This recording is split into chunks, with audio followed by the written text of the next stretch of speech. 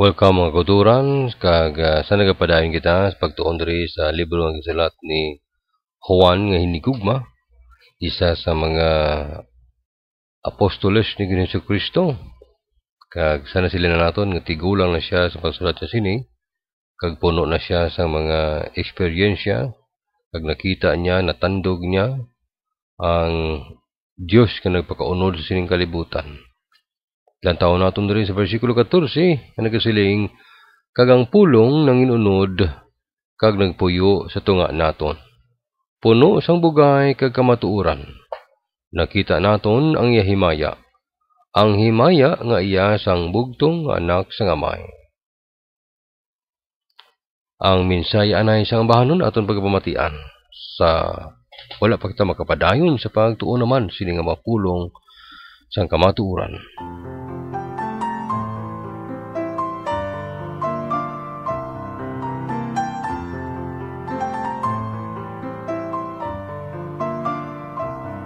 O soul, are you weary and troubled?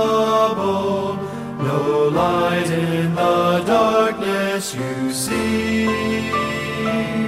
There's light for a look at the Savior, and life more abundant and free. Turn your eyes upon Jesus, look full in His wonderful face, and the things of earth will grow strangely dim in the light of His glory and grace. His word shall not fail you, He promised. Believe Him and all will be well.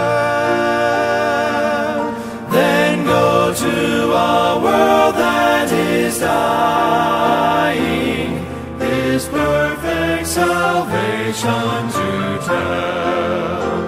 Oh, turn your eyes upon Jesus, look full in His wonderful face, and the things of earth will grow strangely dim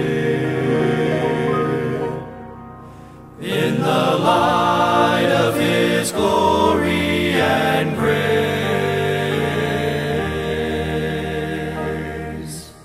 In the light of His glory and grace. Glory and grace. Glory and grace.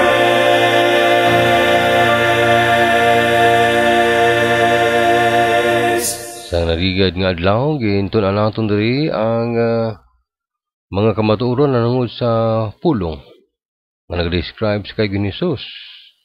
Gibayaan naton diri ang bahin sa pagtuon kung paano nga siya ginatawag nga pakaunod sining kalibutan. Dios ka nagpakaunod sining kalibutan. Nagpahayag siya kag hambal sang pulong sang Biblia kung paano ang manner, ang pamaagi nga nagpakaunod siya. Nagpakatao siya dito sa Bethlehem.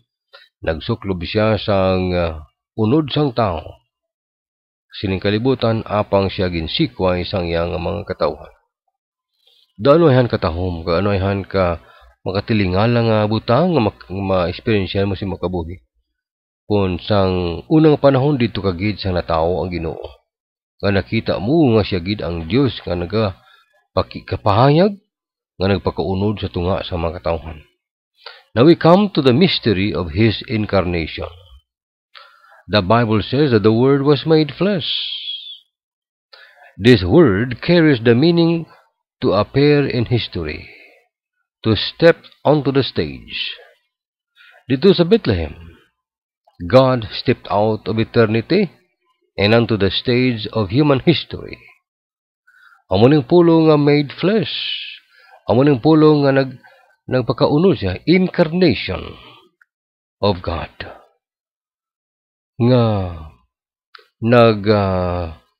tungtong diri siya sa intablado sang mga katawhan, sa maragta sang katawhan sining kalibutan. Nag-agi diri siya sa aton. He came a tangible proof of the existence of God and of God's willingness to save mankind. Siya amo ang matandog nga prueba sang naga-eksister nga Dios, kag sang kagustuhan sang Dios, sang kabubuton sang Dios sa pagluwas sa mga katawhan sining kalibutan. When He was here on earth, and through the record left to you and me, mulang pulong sa Ginoo, makita naton that Jesus came to this world to reveal God to man. Ginhimo niya ini sa isa ka medium. Ang paagyan amo nga nagpakaunod siya. Ang letter C o kung ikatatlo diri nga butang masapan nato nanungod sa incarnation ni Jesus. Hindi lamang you have the manner of His incarnation, we have the mystery of His incarnation, but also we have the majesty of His incarnation. Ang himaya, ang kadakuon, ang kadungganon, sang papakaunod sang Dios sa sining kalibutan. The Word of God says, we beheld His glory. Nakita naton ang himaya. Si Juan yan actually nakakita gid sa himaya ni Jesus in a very real sense. Kaya man dito sa Matthew chapter 17, si Juan mabasa naton upod sa kay James and Peter, nga nagupod sila sa kay Jesus sa higad sang bukid, nga ang Ginoo pangamuyo dito sa bato, kag sang ulihin tindog siya. Kag nakita nga palayo siya sa kay Peter, James, and John kag magpanguyo pagit apang ining mga disipulo. Nakita nila si Jesus ang ulihi nga nagatindog siya sa bugos niyang himaya. Nga nag-istorya sa kay Moises. So dito masilin naton ginkuha sang Ginoo ang veil of His flesh. Ang nagatabon sa yaunod, hukas niya, kagin reveal niya ang himaya, nga natakpan ini sa madamo nga mga katawhan. Nakita dito nga na-transfigure si Jesus sa himaya nga pahayag niya kung siya maghari sin kalibutan sa 1,000 katuig. Amoy na nga nag-istorya siya sa kay Moises ang nakita siya sa mga apostoles. Tungod kay si Moises sa liwat, magabalik siya sining kalibutan. Kag maghimo man sang ilang mahimayaon nga hilikoton upod sa kay Jesus, ila binagid sa tribulation period. Jesus concealed His heavenly fame within an earthly frame. However, His greatest glory was revealed the day He allowed Himself to be nailed to a cross and died for sinners. Pahayag niya, pakita niya ang bugos nga himaya niya.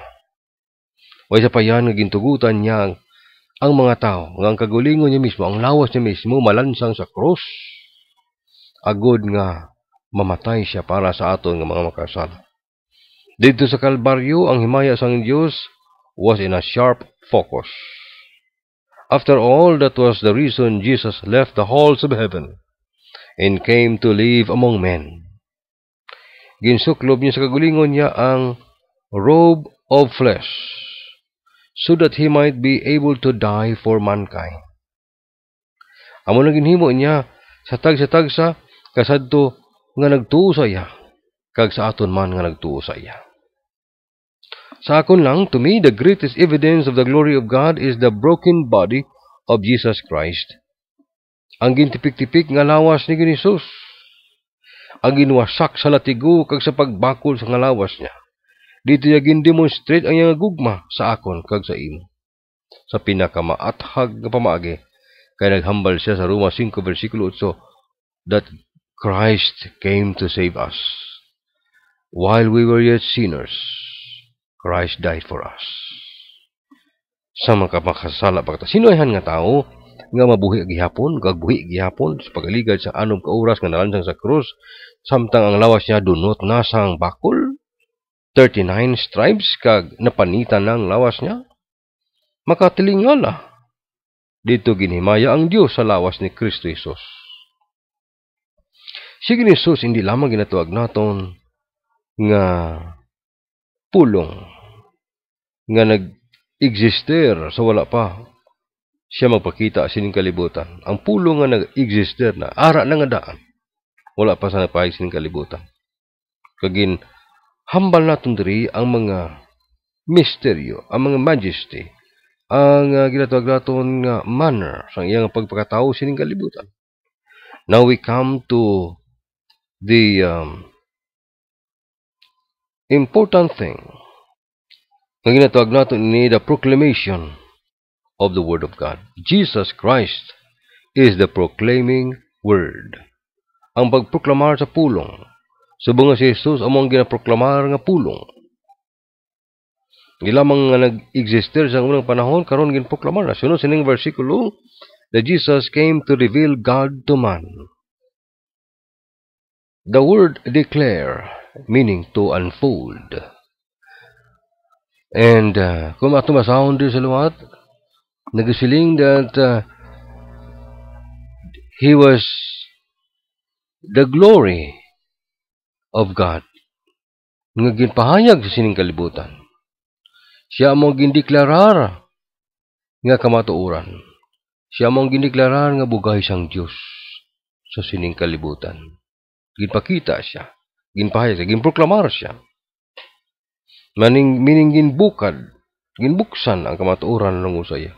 Everything that the Lord did was simply in an effort to unfold more of the revelation of God to man. Kaya man ang mga tao, kinanglan nila, ang mga tao sining kalibutan. Kita nga mga tao sining kalibutan. Nga kinanglan kita nga makita nato ang Diyos. Hindi lamang nga siya nga Diyos nga naghatag sang kasuguan, kundi subong nga Diyos nga mahigugmaon. Not just a lawgiver, but as a lover, mahigugmaon nga Diyos. Not only as a judge, but as a justifier. Hindi lamang nga isa ka maakigon, madinumtanon nga Diyos, kundi subong man nga Diyos siya nga maluyon, kag Diyos nga manluluwas. Kag exactly amo niya ginhimo ni Hesus sa iyang kabuhi sa nagpahayag sa sining kalibutan. Jesus came to put God on display before men, and He did this in two primary ways. Ano ini? Ang pagproklamar sining kapawa sang Diyos. Sining niya sa versikulo 4 to versikulo 9 that He was the light that was proclaimed. In Him was life, and the life was the light of men. And the light shineth in darkness, and the darkness comprehended it not. There was a man sent from God whose name was John. The same came for witness, to bear witness of the light, that all men through him might believe. He was not that light, but he was sent to bear witness of that light. That was the true light, which lighteth every man that cometh into the world. Kung ang tao magkari sining kalibutan, kag kun siya makakita sining kapawa, masanagan gid ang iyang tiil kag kapangunahuna. Maglakat siya sa masanag nga banas, kay giyan siya sang matinlo ka konsensya, kag pangunahuna nga may kasanagan. Tungod kay ang pawa sang Dios nagsulod sa iya tagipusoon kag pangunahuna. Sang nagkari ang Ginoo diri sining kalibutan, He came to a world in a spiritual darkness. Ining kalibutan niya sa espirituhanon nga kadudulman sa nagkari ang Ginoo. Kag Ginoo mo ang nagbukas sang kortina sang iyang bugay sa pagpahayag niya sang kamatuoran sang Dios. sa mga tao nga nagadalang-dalang, nga nagapangapkap sa kadudulman. Si Ginisus nagkari sa paghatag sang illumination sang kapawa sa dalanon sang tao padulong sa Dios. Ini nga kapawa maka-accomplish lamang sang isa sa mga duha ka butang. It will either cause men to repent of their sins and run to the open arms of the Lord, or it will cause them to reject the light and continue in the course of darkness. Amo ning nahimo sang kasuguan. Amo ning nahimo sang kapawa sang Dios. Ang kasuguan pahog sa tao, ang kasuguan patunga either ang tao nga magpasakop sini o kumalagyo sini. Sa piya ka bahin, ang kapawa sang Dios naga-accomplish man sang duha ka butang. Either ang mga tao nga makakita sang kapawa maghinulso sa ilang nga mga buhat sa kadudulman kag magdalagan sila sa bukas nga mga butkon sang Ginoo nga nagabaton sa mga makasala, o kung ang kapawa nga ilang makita, ilang i-reject ini, si kayo nila ini, kay nasilawan sila, kag magpadayon sila sang ilang nga mga binuhatan sa kadudulman. So, one will lead to salvation, the other will lead to damnation. Ngunit nadeklara sa pulong sa Ginoo sa 1:3:36, he that believeth not is condemned already. Kay wala sila nagtuo, ang wala nagatuo, ginhukman na. Damnation. Pero salamat sa Ginoo sa kapawa ang ginhatag niya sa aton nga mga tawhan. Sa mga katawhan nga nagkalapukan sining kalibutan. Now we do not have to be bound by the stringent rules of law, but are free to respond to the lovely pleadings of grace. Diin ka abiyan magadangop. Sa istrikto ba lang ang kasuguan? O kon dangpan mo ang mahigugmaon nga pagpakitluoy sang bugay sang Dios. Salamat sa Ginoo. Nganing kapawa nagalambot sa tanan nga makatawa.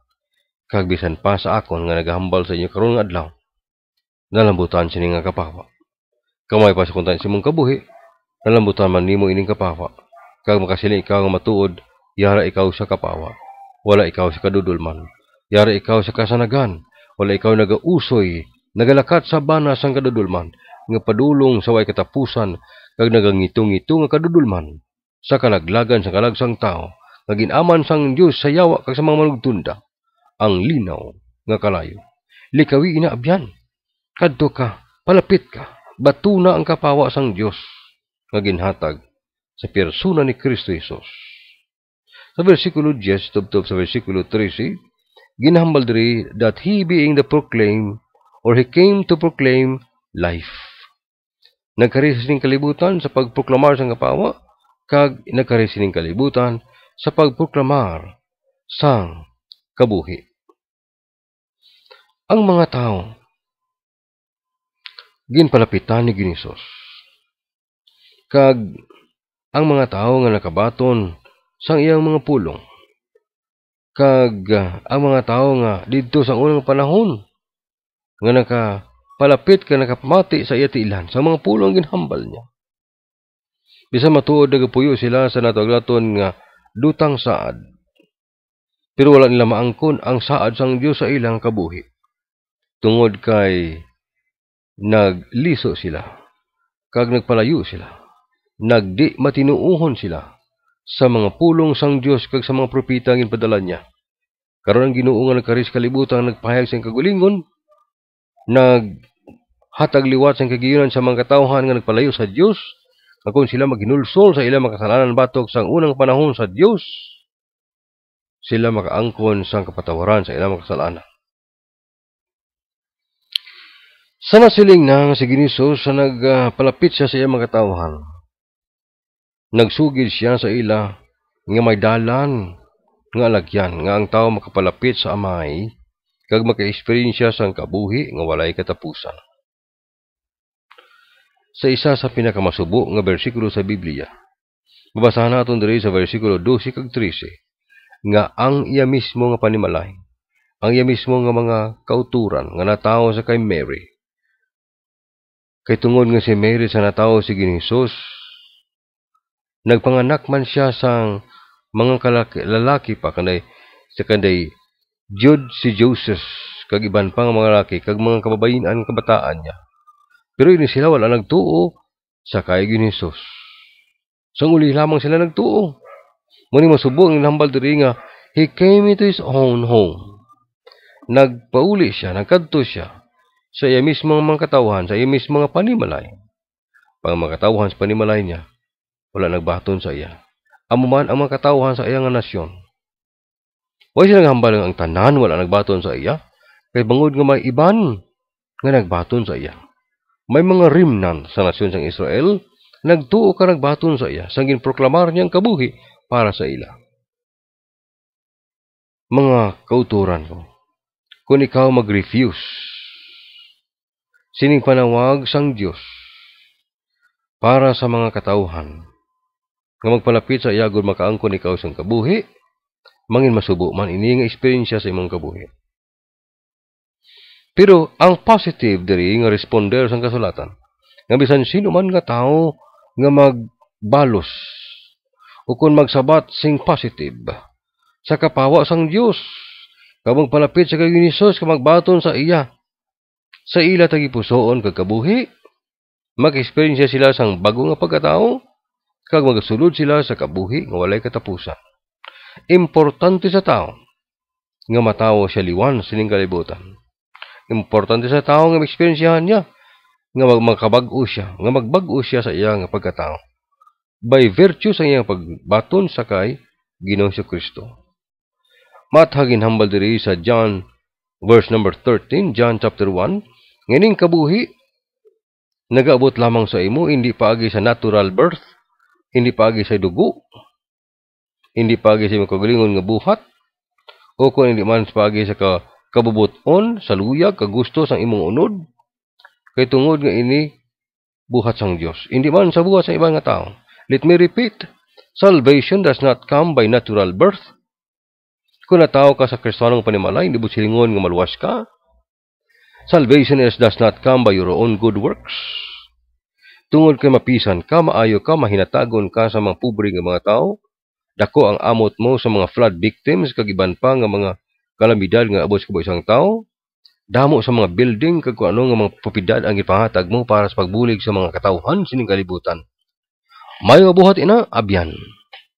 Pero na hindi among ginabasihan sa kaluwasan. Kay siling sang bersikulo, which were born not of blood, nor of the will of the flesh, nor of the will of man, but of God. Nga ang tao unang istanan, magpasakop siya sa kabubuton sang Diyos. Sa hilikoton sang Diyos, kung luyag siyang makaangkon sang kabuhi, ng walang katapusan. Kaya ang kaluwasan hindi paagi sa natural birth, not by blood, not by our own good works, not the will of the flesh, not the work of another, that is the will of man, but only through the will of God. Sa kabubuton sang Diyos gid lamang. Exactly amo ni ang ginahambal diri sang Ginoo. Amo ni nahambal niya nga I am come to do the will of the Father. There is only one entrance into life, and that is through the Son of God.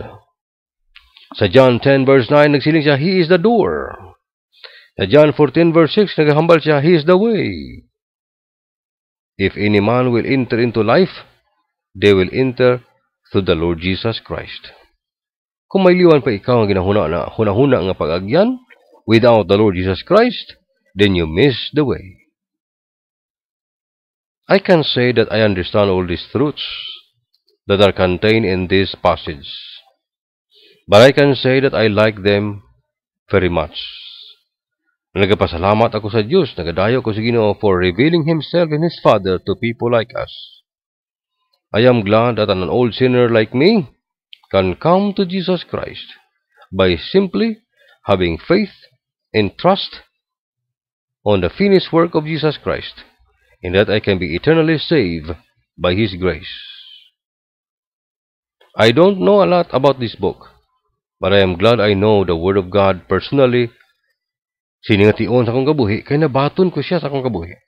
Nga ang pulong niya, nagsulod sa akong tagipusoon, nasugatan akon sa Ginisos, kag siya naghatag sa akon sang free pardon sa akon mga sala.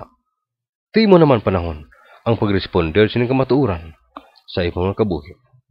Madamo nga salamat sa inyong papamati sa Tingog sang Bukas nga Kasulatan.